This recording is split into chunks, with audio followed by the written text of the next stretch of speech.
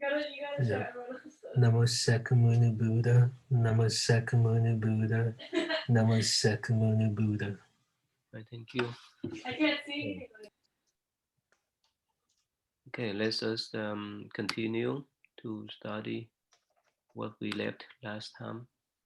Mm. So, Miss Thân Như, how is your boy? He's doing okay? Yes, Tay, thank you. He's doing just fine. He had his stitches removed and he's in the process of healing, but it's amazing the benefit of youth. They bounce right back very quickly. And is already asking when he can start participating in active activities again. Oh, really? Makes me nervous, but but that's, I guess that's young people for you. But yes, he's doing actually quite well, and his doctor is very pleased with his progress. Yeah. Wow, that's great. I'm glad to hear that. Yeah, they have so much energy, right? Yes, Yeah. How about Miss thank Thân? you for asking. Yeah. How about Miss Thân Tư? Um. So your employee stays okay now?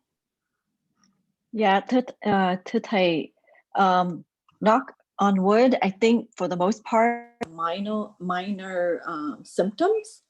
Um, but so far, nobody has to go to the hospital yet. So that's the good news. Mm. Yes, it's a difficult time. But we've been doing well for like from March to November, and then after that, once one or two people have it, it multiplies very quickly. So you just need to be careful. Yeah. I have some students. They got the COVID-19 and somehow it's very tough for them and their families. Even some of their family members got that too, so it stressed out them a lot, and some of them they have to drop out too. It's not easy. Yeah. Okay. So Miss Thân Như, so you'll be the first line, right? They provide you the vaccination first, right?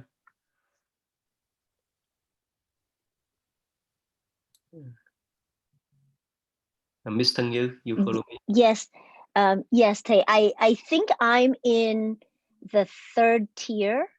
So for California, I'm in the 1A group, but in that group, there, and I'm sure this is consistent probably throughout other states as well, that I'm the third tier. What that means is the first tier would be all the first responders, the people who are receiving the respiratory departments, people who are receiving these patients, emergency room people. But I also heard that they're not going to vaccinate all the doctors at once, because if should there be any reactions, you don't want to just wipe out the whole demographics of professionals. So they're going to do probably 25% first. And then the second tier would probably be long-term facility patients and staff who takes care of those people.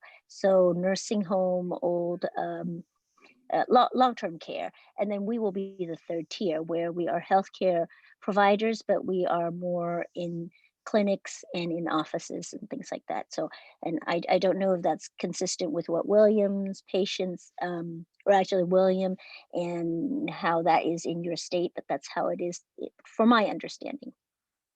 Mm. So they provide them for free, is that right? You don't need to pay anything, right? Or even the insurance may cover, right?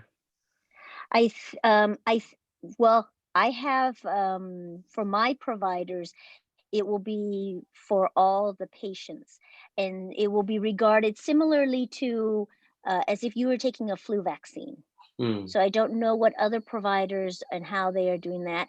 The other thing is for our dental organization, that will so in addition to probably the dental organization is going to provide that service for us ahead of time, before your private insurance takes over. So for our academy, for our organizations, they will probably provide that for us because they are definitely working towards a concentrated unit to make sure that people in our organization, all the dental association, all the dentists, all the staff, hygienists, assistants, all people who are working with patients in our collective group are going to be taken care of. Thân Nguyễn, in Netherlands, they roll out the vaccination yet? They talk about it next year. They also approve one company, but in this coming 2 weeks until the end of the year, they will define which group will be the first line. Also, the government allow only 3 persons could visit the family for Christmas. So it's really seriously here that they will should the population should keep the social distance and also forbidden to visit family members who is more than 3 persons. And starting next year, the doctor will also make a list of who will be receive the injections. Thank you. All right, so yeah, let's just go back to our lesson. Yeah, go ahead, Thân Nguyễn. Can you read, please? Yeah, so I think I continue with December 5. Yeah. Word honest ones, we would be pleased now to employ a parable to make clear our meaning. Suppose there was a man, still young in years, who abandoned his father, ran away, and lived for a long time in another land, for perhaps 10, 20, or even 50 years. As he grew older, he found himself increasingly poor and in want. He hurried about in every direction, seeking clothing and food, wandering farther and farther afield until by chance he turned his steps in the direction of his homeland. The father, meanwhile, had been searching for his son without success and had taken up residence in a certain city. The father's household was very wealthy, with immeasurable rich and treasures, gold, silver, lapis lazuli, coral, amber, and crystal beads, all filled and overflowed from his storehouse. He had many grooms and menservants, clerks, and attendants, and elephants, horses, carriage, oxen, and goats beyond number. He engaged in profitable ventures at home and in all the lands around, and also had dealing with many merchants and traveling vendors.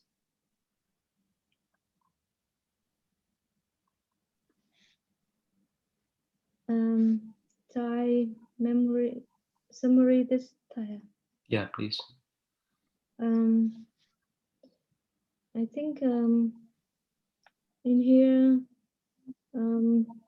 the Lotus Sutra said there is story of a son who a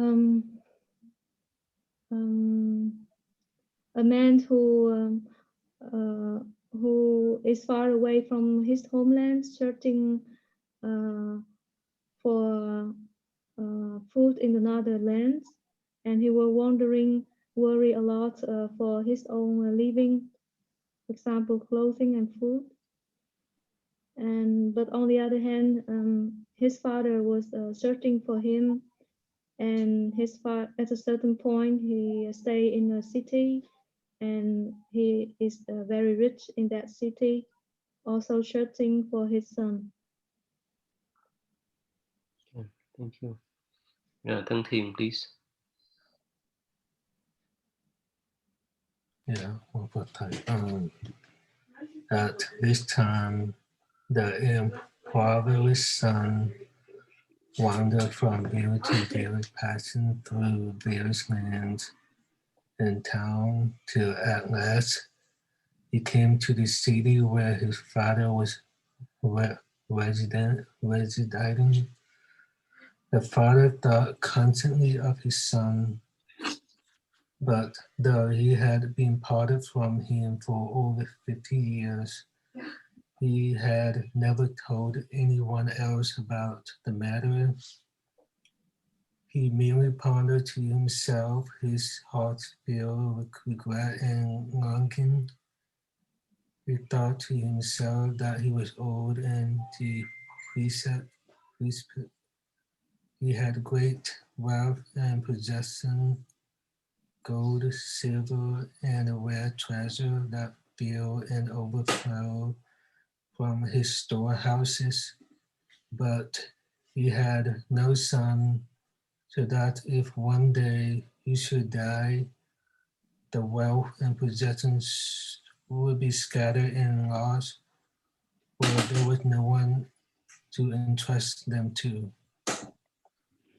So this is saying that his son been wandering from one village to village, from many towns, until then he came to the city where his father was living, and his father thought about his son, and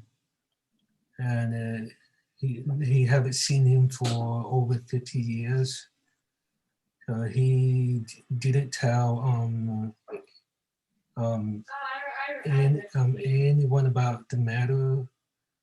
So he pondered to himself, and his heart filled with regret and longing.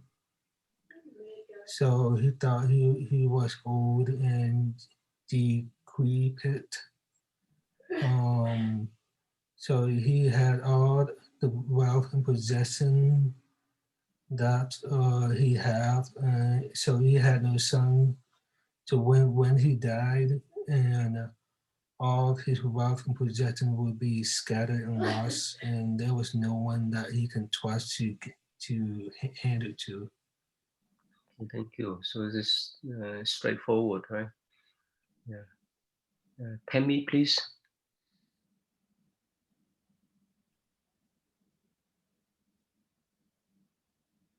This was the reason he constantly thought so earnestly of his son. And he also had this thought: if I could find my son and entrust my wealth and possessions to him, then I could feel contented and easy in mind and would have no more worries. World honored one, that time the impoverished son drifted from one kind of employment to another until he came by chance to his father's house. He stood by the side of the gate, gazing far off at his father, who was seated on a lion throne, his legs supported by a jeweled footrest, while Brahmins, noblemen, and householders uniformly deferential surrounded him.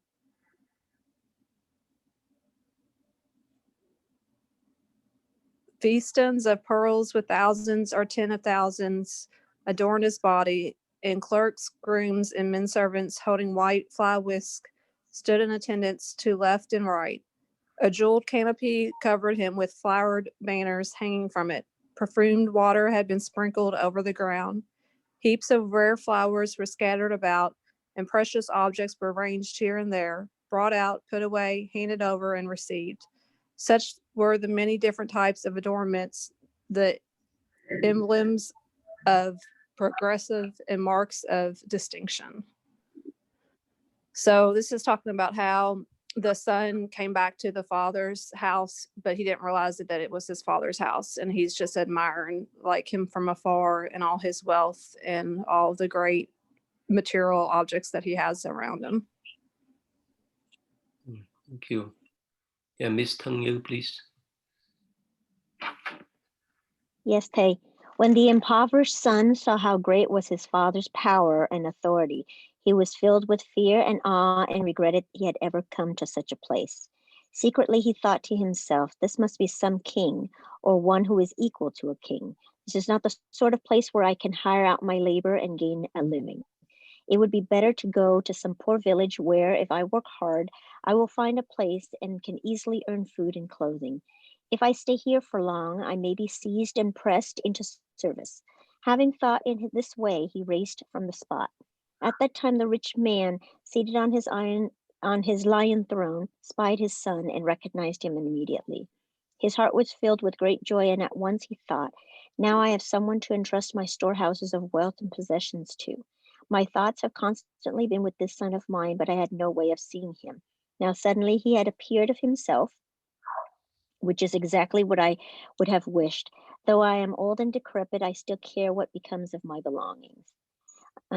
So the son, in his humble reflection of himself, was in awe of such grandiose surroundings, and he just felt that this was too much for a humble person like him to be in such presence of grandeur.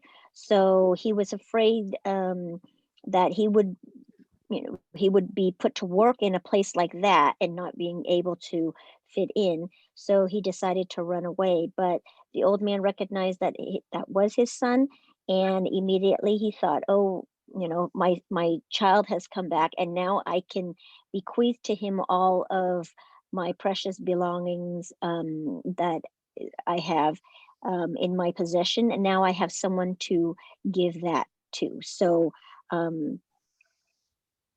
yes, my understanding of that is exactly like how the Buddha, regards us. Now he has someone to leave us the Dharma and the Buddha teaching to people, to disciples, to people like us, to lay people who are interested in learning about the Dharma. So it would not disappear and it would not be wasted. Thank you. Miss Thung Tư, please. Yes, Tay. Thereupon he dispatched a bystander to go after the son as quickly as possible and bring him back. At that time, the messenger raced swiftly after the son and laid hold of him.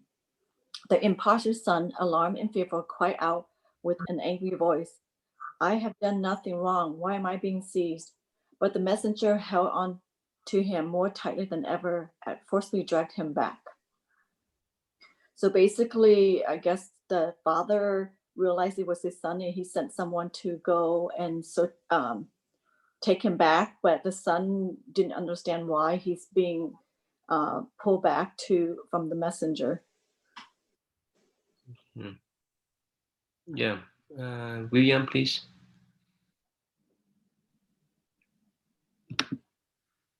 There we go.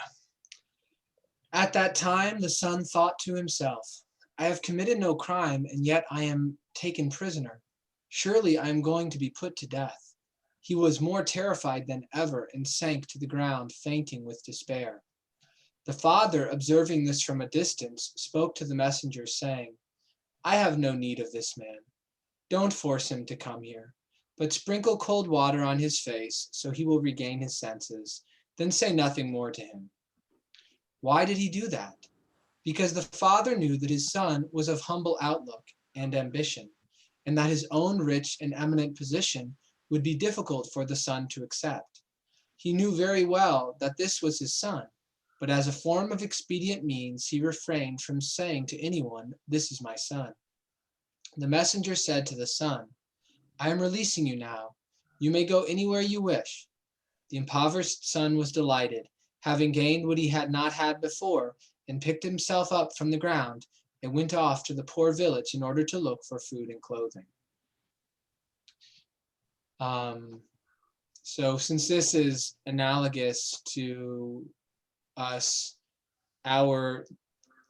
in like the early engagement with the teachings or coming into contact with the teachings of Buddhism, that we're afraid, the son being afraid of what was happening, is kind of like we're afraid of giving up our causes of suffering, where we hold on to our attachments because, you know, we think if we don't have the sensual satisfaction of these attachments, that our life won't be fulfilling or we won't be happy. So we tend to actually like run towards our suffering and run away from our liberation. And that's why the Buddha developed expedient means to take that into account, to allow for that, so that he could still help free us from the things that cause us suffering ultimately. Yeah, thank you. John, please. Why did he do that? Because the father knew No. the son was all that. Yeah. At that time, the rich man, hoping to entice his son back again, decided to employ an expedient means and send 2 men as secret messengers, men who lean and haggard, had no imposing appearance.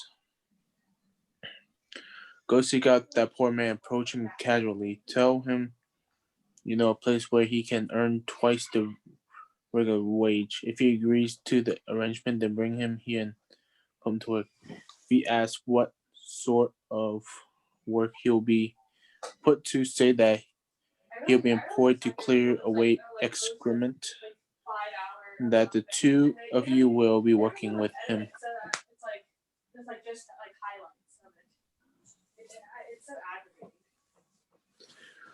Right. Right. Yeah, just summarize briefly about this, please.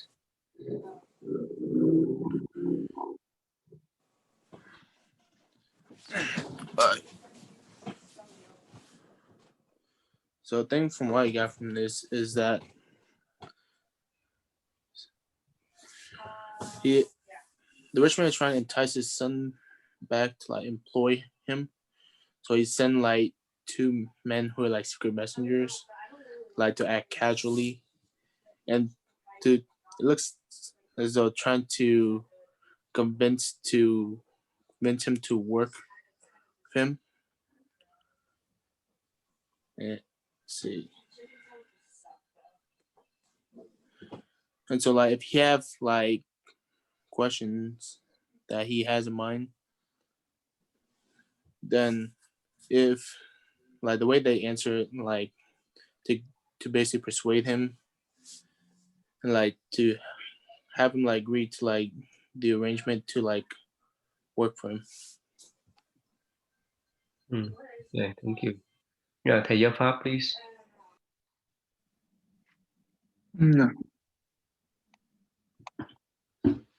Move on.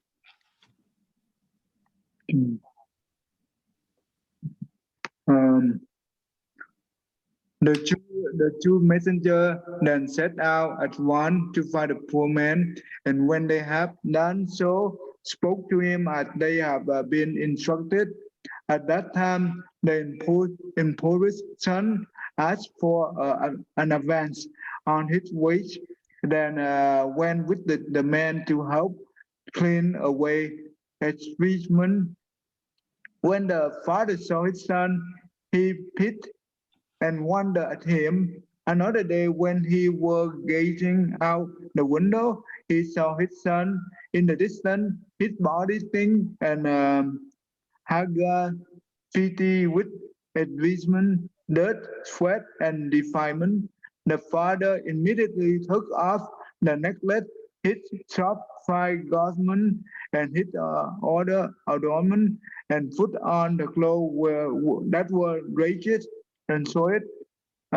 He smeared dirt on his body, took in his side hand and utensil for removing excrement, and assuming a rough manner, spoke a labor, saying that keep at your work, you must not be lazy. By employing this experiment mean, he was able to approach his son. So basically, in this passage, um, so that means the two men went out and be able to deal with the improvisation son and got him back. So give him work to do. So basically, the work is to clear out away the advertisement. And one day, the father looked at the son and feel pitiful for his son. And you know what? So what? At another day, he saw his son from the window, and he know that. So he want to approach his son. So he had to take off the necklace and put on the very put on the clothes similar to the son, so he can be able to approach the son. So when he come and see that tell the people that the worker who are nearby that do not lazy and keep your work, and so that's how he be able to approach the sun. This is the experience mean. So the Buddha is the same way. So basically, the Buddha teaching is at the beginning is very difficult to understand for the so he have to use many different means. For example, for the lay people, we help us to do the good deed and uphold the five precepts. But for the people who want to reward for the heaven, that means they need to practice the 10 good deeds and so on and so on. And for the one who want to attend the Arhat, they need to practice the four noble truths and the eight four paths, and just like that. And that is how the Buddha used the experience mean.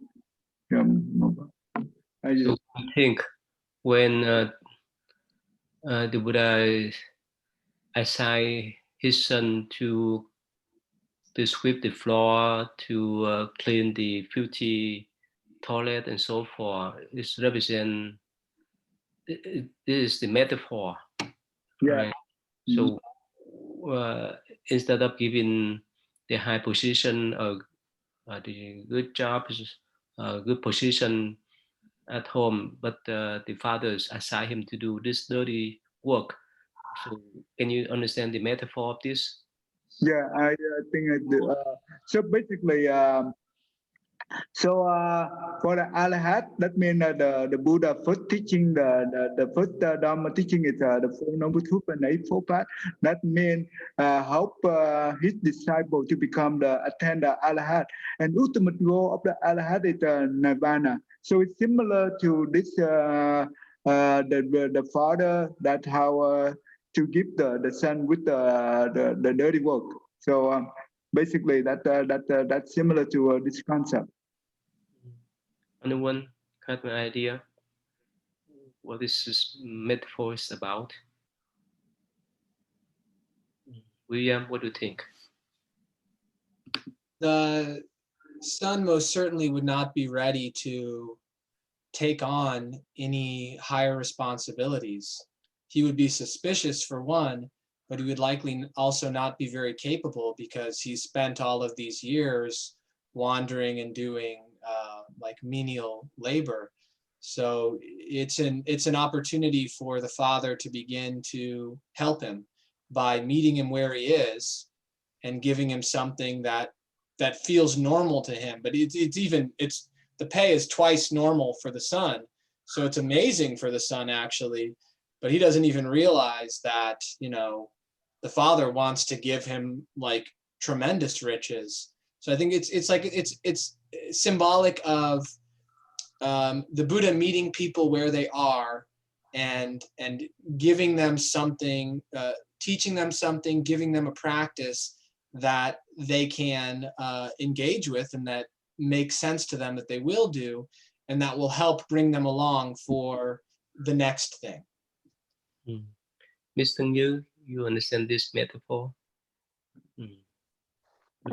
I do think I understand it a little bit. I feel that based on what we read also in the past is the Buddha will only teach according to the potential of the person at that stage in time. If you just just like anything, he will not give us more than what it is that we can handle.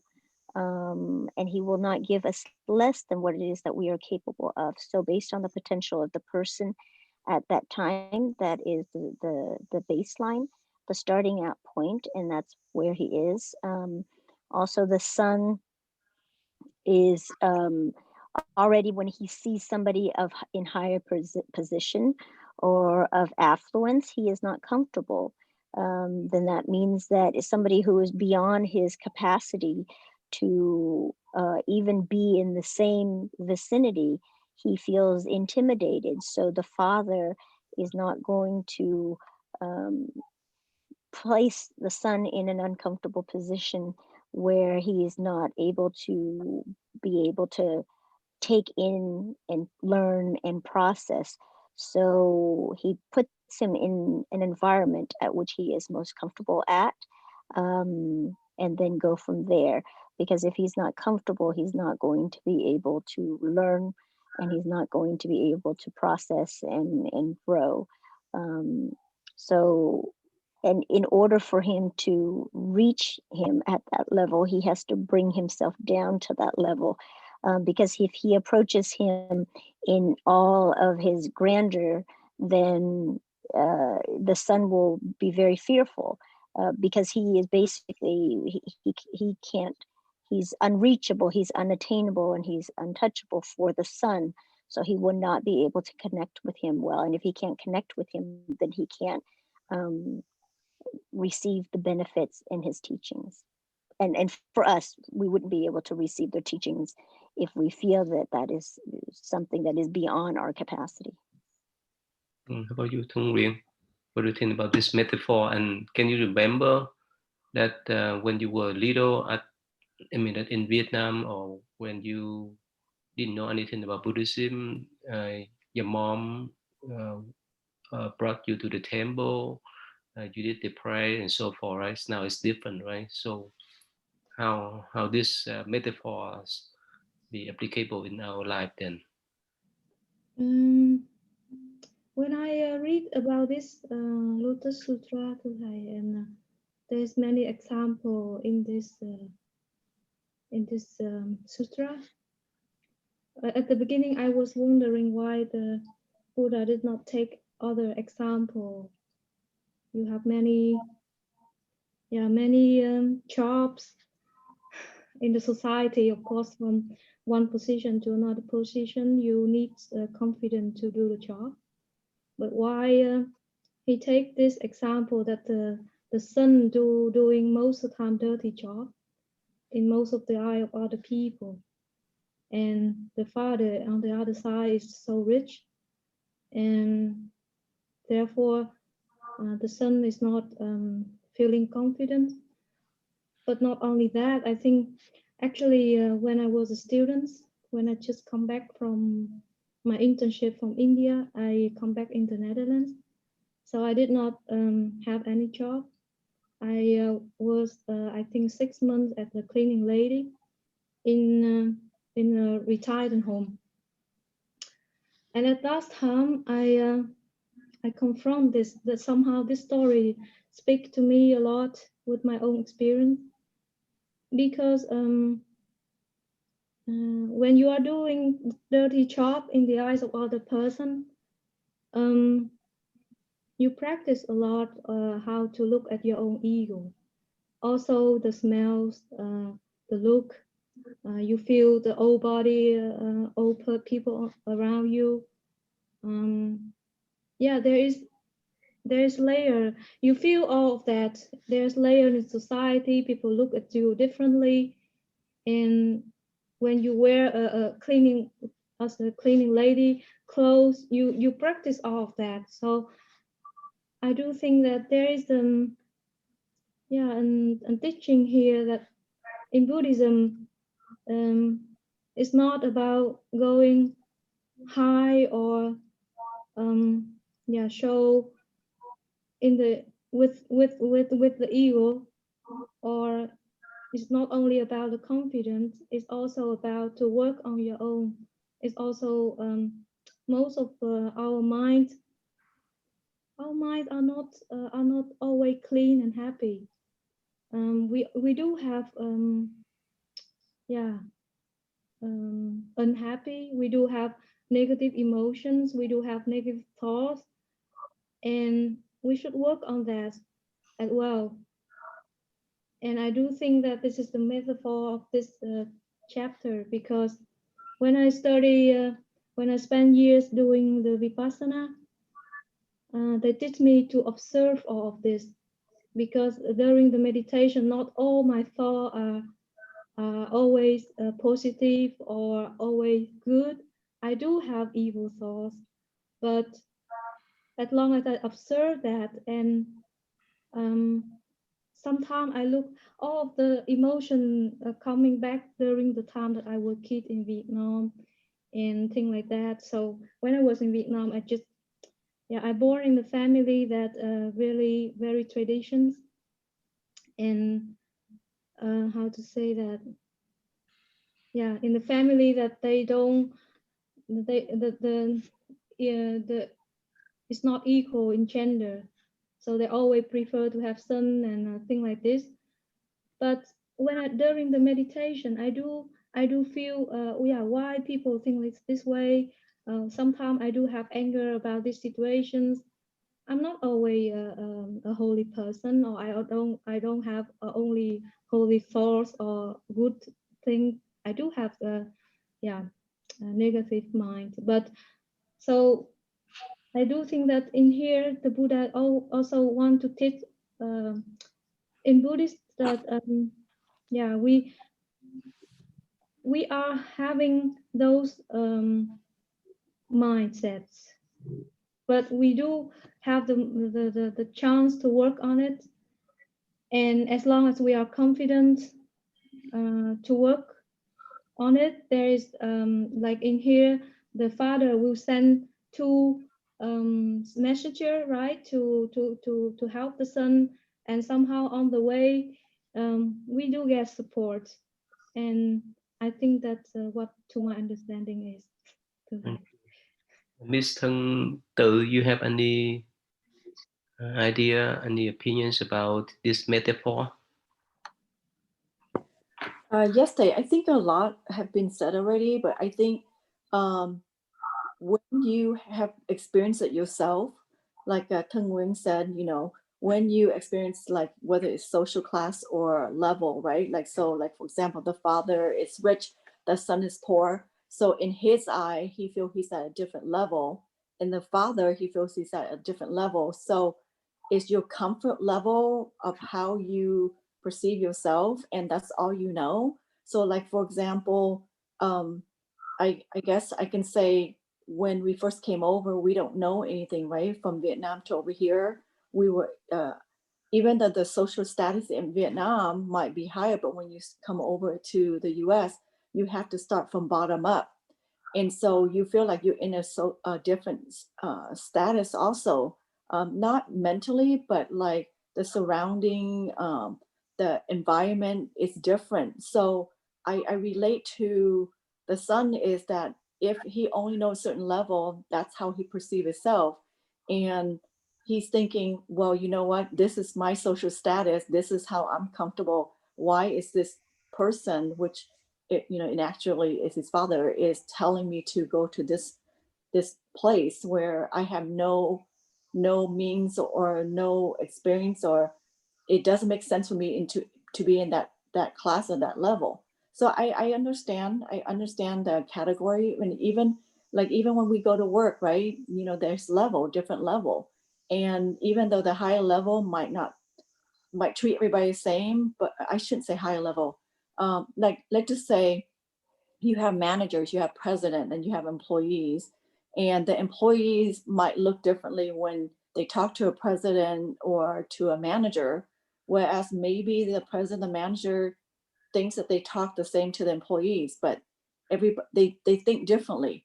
Not that we are not that higher position talk to them differently, but that's the mentality that, whether it's respect or whether it's the uncertainty or the fear that you don't know. So everybody has different social status. Although, in my opinion, I always try to treat everybody the same. The only time that this is where I understand what Teng Wing is saying is sometimes, we're not perfect people. We do have feelings, we have emotion. Even though I learned last week about awareness. Sometimes what it is, but to practice that, it takes an everyday practice, and you constantly have to remind yourself all the time to bring back to when you have weaknesses. You have to mentally train your brain or meditate and to get yourself in a calm state, to be able to be alert and aware of your emotion. And that can be difficult because sometimes I don't think in general people want to think bad things. It's just that when you see things, everybody form a different opinion. So I don't know if that correlates or not, but that's how I interpret it. Yeah, thank you. Yeah, let me share my idea. I thought about this. So again,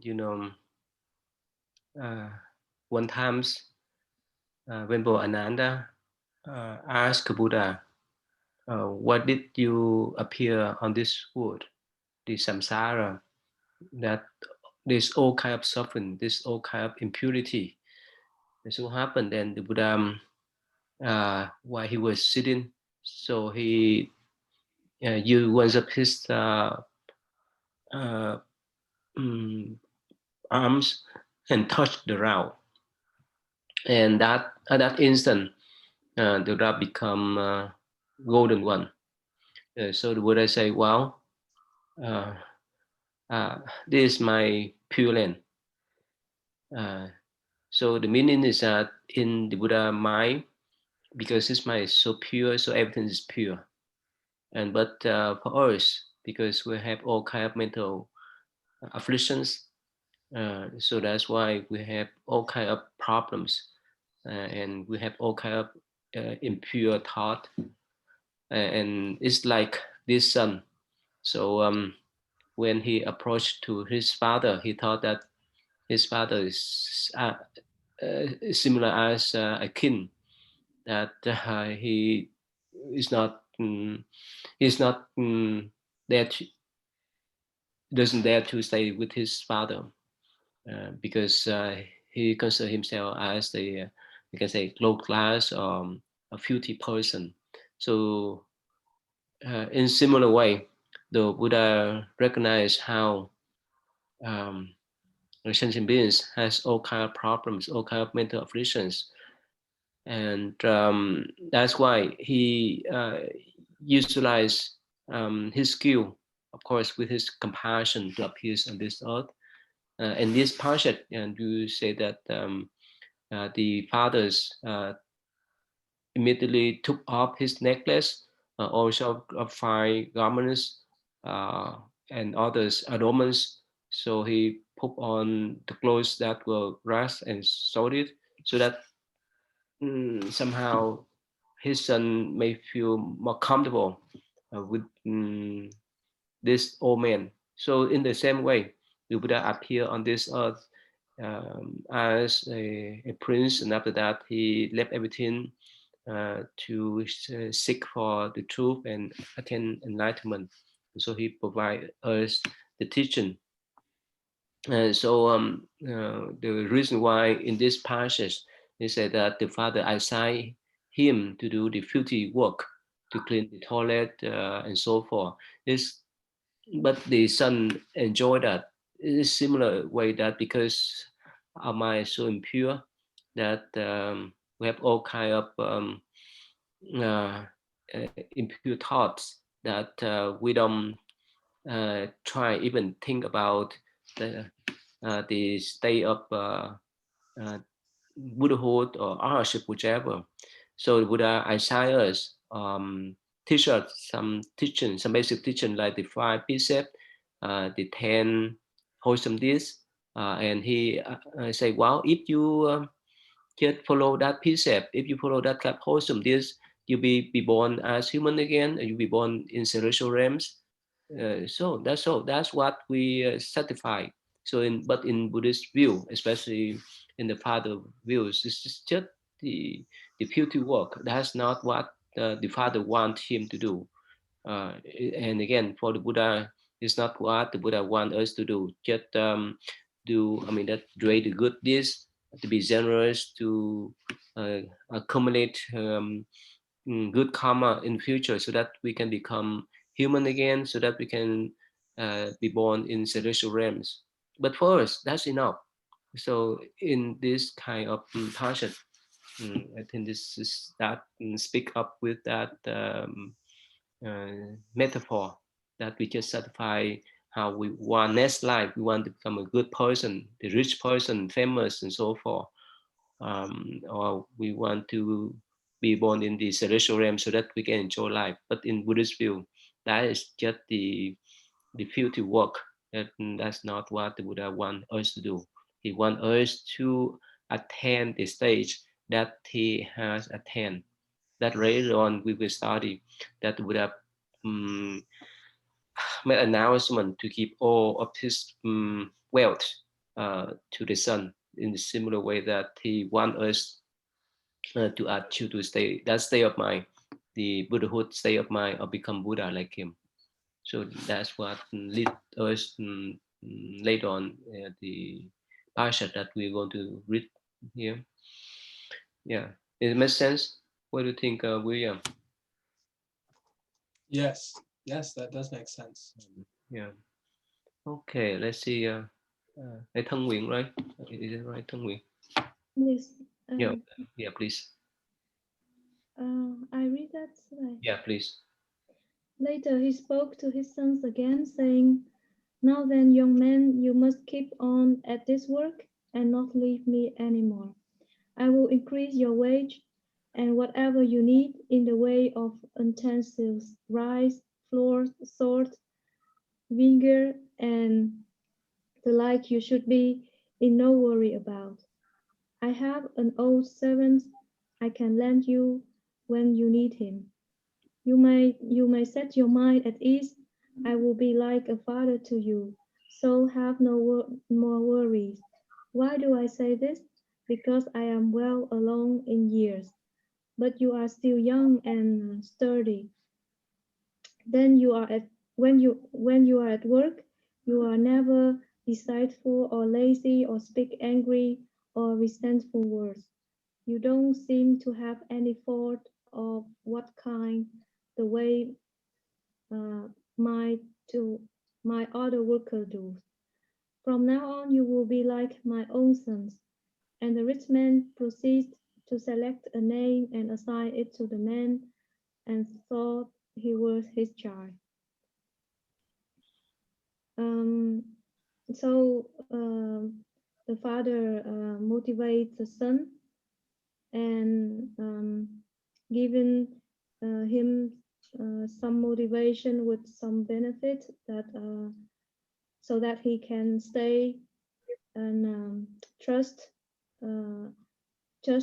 him like his own father. So in this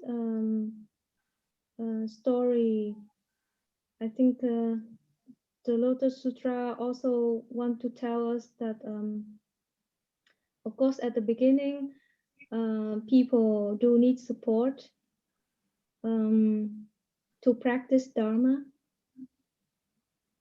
In my situation then, for the first year I went to Vipassana, all the 100% of the course was donated by all students, so that people like me can go there and practice the Dharma and don't worry about the food or about houses where I can live in those 10 days.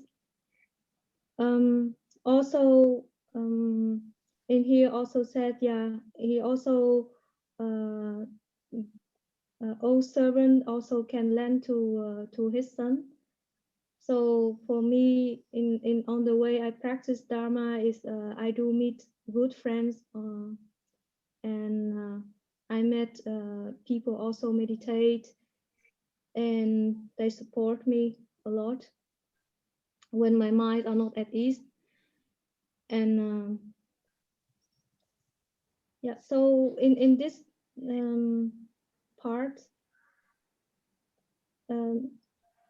somehow it gives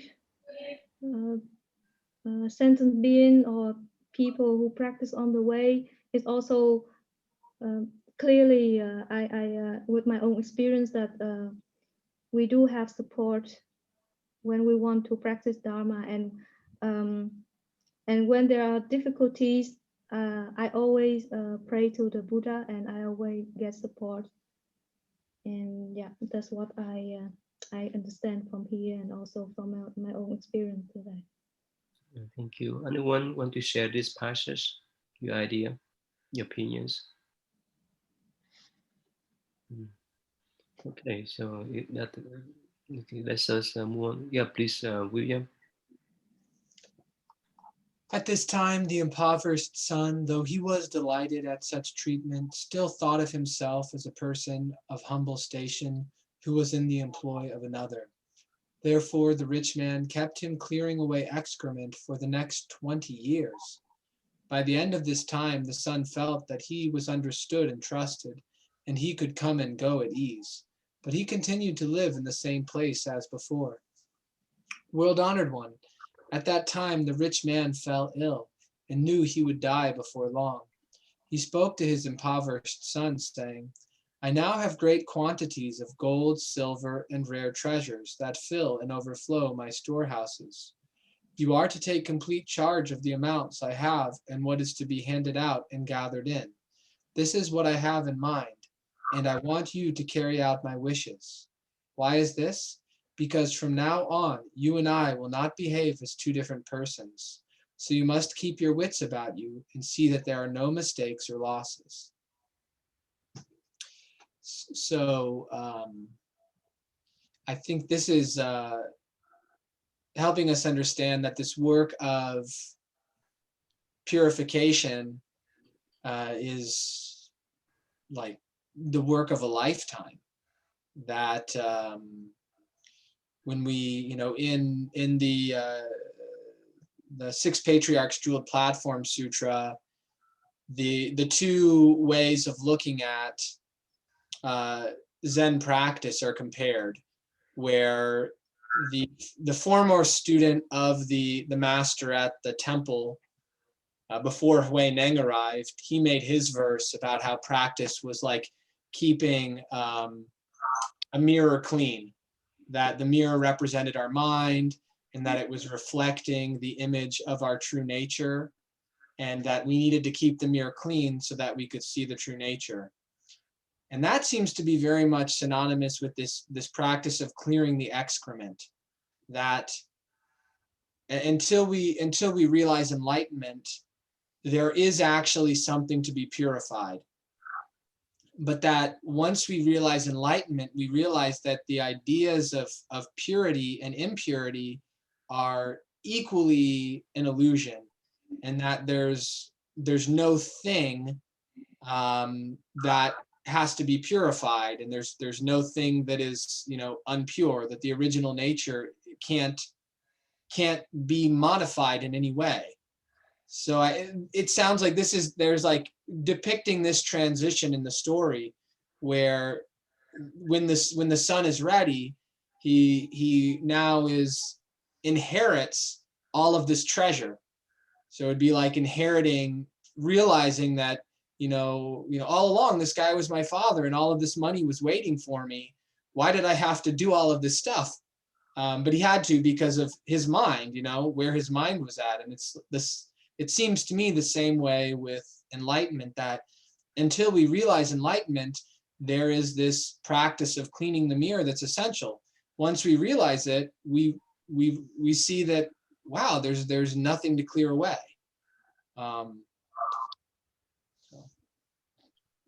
Yeah, thank you. Yeah, Miss Thang Yu, please.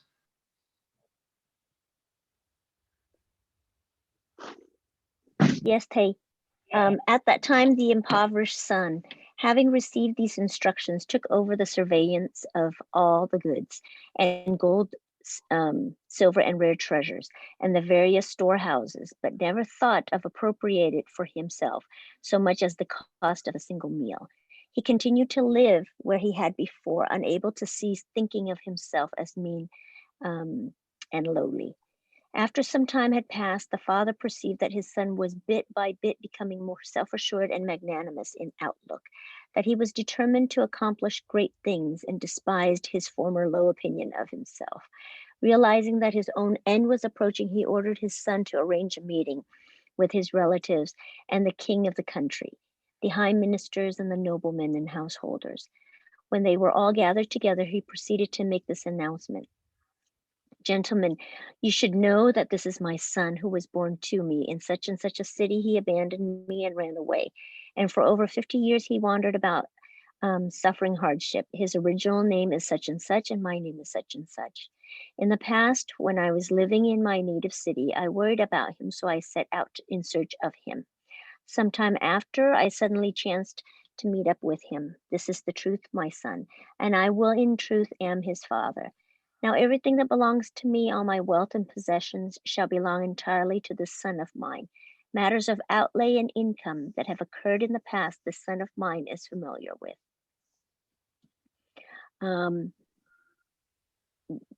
This tells me, can you bring that down, Pei? Thank you, to where I originally started.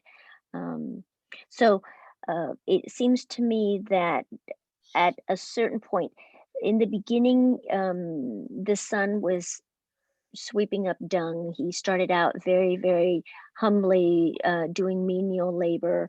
And that to me was the teaching of the Buddha is like a building block. You take a layer at a time.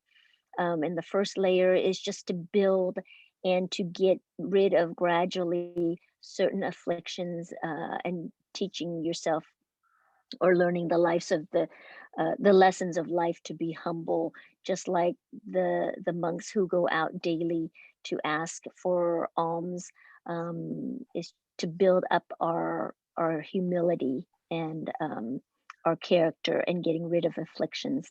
And more so on a gradual basis as the son lives with the father after 20, 50 years, he learns more and more and more. He learned from the instructions of the father, and he is taking over the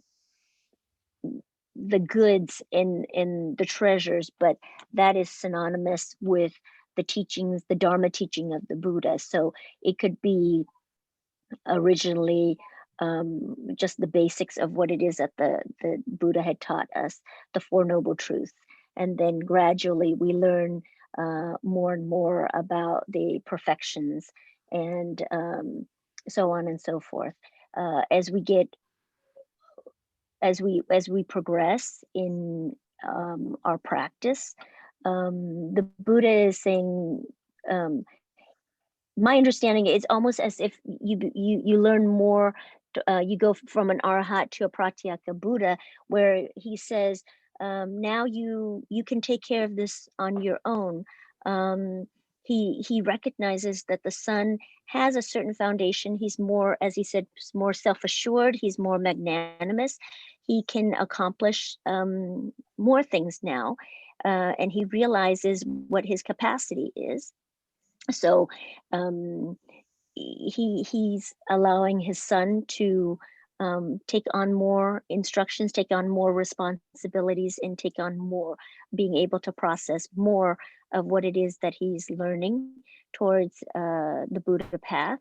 And then he is making the announcement to people that are of higher ranking people in society, the kings, the high ministers, and he's acknowledging him that this is my son and he belonged to me, and he went off his path. He deviated from the right path, and now that he is back on the path,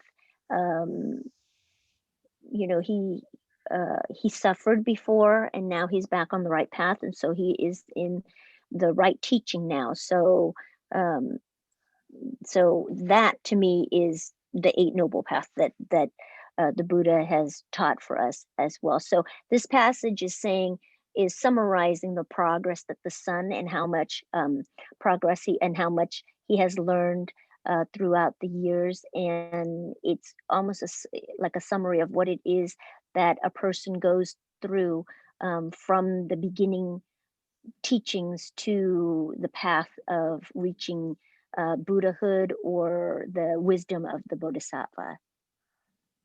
Okay, yeah, thank you. Yeah, since time is up, let me summarize what's my thought about this. So again, yeah, thank you.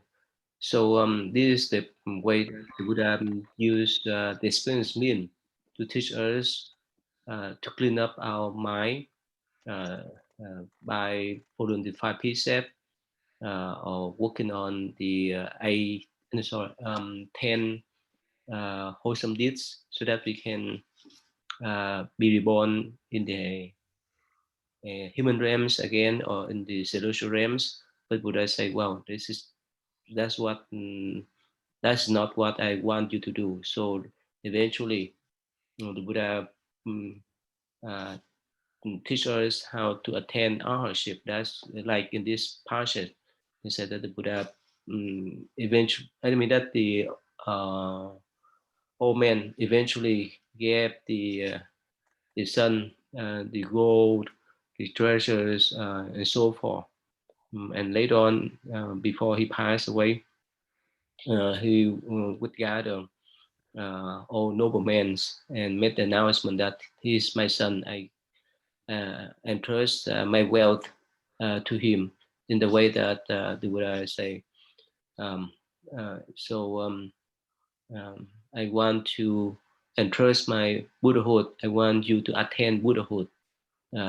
That's the ultimate goal that you should aim for, not to keep your jobs, or not to keep your jewels or treasury. That's not what I mean. I want you to inherit everything that I have. That's mean the Buddha want us to inherit the Buddha teaching, as well as attending the Buddhahood, to become Buddha like him. Okay, so anything, any opinions, any idea before we end? So we next week we will study the last part. It may illustrate more. Thầy Giáo Pháp, you want to add anything? Yeah, no, Thầy. I think everyone already taken in. I think it's good. Miss Thân Tư, you have anything to share, or what do you think? No, Thầy, I think today's lesson is very clear and direct in the passage. So everything is good for me. Thank you, Thầy. Tammy, you understand? It's easy, right? Yes. Uh-huh. Okay. Thân Thiên, you have anything?